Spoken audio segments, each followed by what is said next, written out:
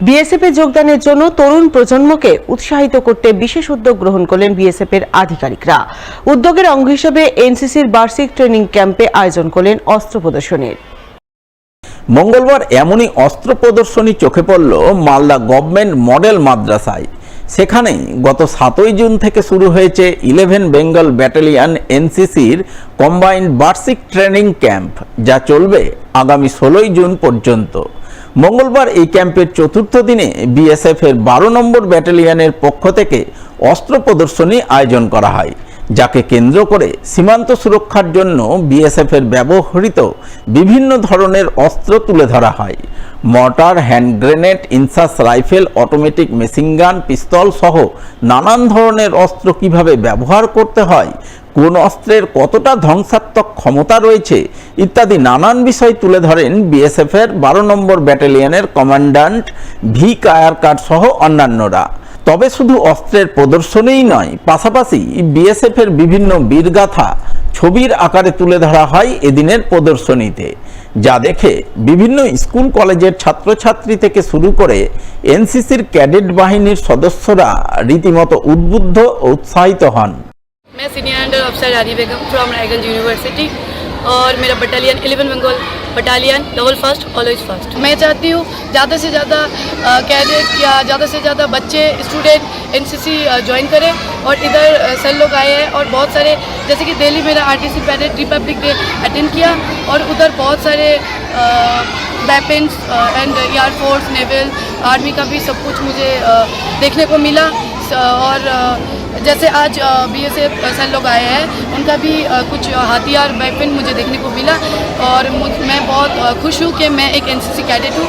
और मैं आगे जाके सबको यही बोलना चाहूँगी कि एनसीसी में आओ और अपना पहचान बनाओ।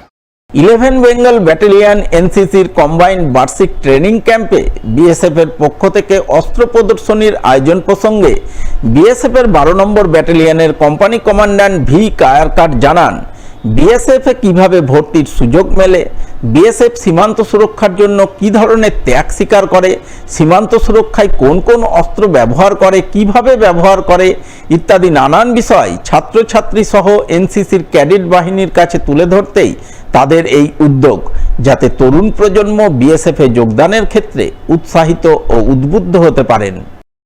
आज जैसे जानते हो कि बंगाल के इस रीजन के एनसीसी कैडेट्स के लिए कम्बाइंड एनुअल ट्रेनिंग कैंप जो चल रहा है, उसको उनको मोटिवेट करने के लिए जिनको यूनिफॉर्म फोर्सेस को ज्वाइन करना है, उसमें उनको मोटिवेट करने के लिए हम यहाँ आए हैं। उनसे कैडेट से बातचीत की है और उनको वेपन डिस्प्ले किया हुआ है कि बीएसएफ में किस किस टाइप के वेपन्स डिस्प्ले यूज़ करते हैं, वेपन बॉर्डर की देश की रक्षा कैसे करते हैं, बॉर्डर में कैसे ड्यूटी करते हैं, ये सब उनको बताया गया है। और उसके उनको फोर्स को ज्वाइन करने के क्या फ़ायदे हैं, क्या बेनिफिट्स है, ये इनको बताया गया है। तो मैं आशा करता हूँ कि यहाँ से इस कैंप से काफ़ी बच्चे, उम्मीद करता हूँ कि यूनिफॉर्म फोर्स में फ्यूचर में ज्वाइन करें। কংগ্রেস কর্মী খুনের ঘটনায় অবশেষে এক অভিযুক্তকে গ্রেপ্তার করল মানিকচক থানার পুলিশ, যদিও বাকি অভিযুক্তরা এখনো অধরা বলে খবর। উল্লেখ্য, গত রবিবার রাতে মালদার মানিকচক থানার গোপালপুর অঞ্চলের জেসারতটোলায় আকমাল শেখ নামে 22 বছরের যুবক এক কংগ্রেস কর্মীকে দুষ্কৃতীরা ধারালো অস্ত্র দিয়ে কুপিয়ে নৃশংসভাবে খুন করে। খুনের অভিযোগ ওঠে তৃণমূলের অঞ্চল সভাপতি শেখ নাসির সহ তার দলবলের বিরুদ্ধে। তাই খুনের ঘটনায় পরিবারের পক্ষ থেকে তৃণমূলের অঞ্চল সভাপতি সহ মোট 59 জনের নামে মানিকচক থানায় লিখিত অভিযোগ দায়ের করা হয়। কিন্তু রবিবার রাতে এই ঘটনা ঘটলেও মঙ্গলবার বিকাল পর্যন্ত পুলিশ কাউকে গ্রেপ্তার করতে পারেনি। অবশেষে মঙ্গলবার রাতে এক অভিযুক্তকে গ্রেপ্তার করে। পুলিশ সূত্রে জানা গেছে, ধৃতের নাম আনোয়ার হোসেন, বাড়ি জেসারতটোলা এলাকাতেই।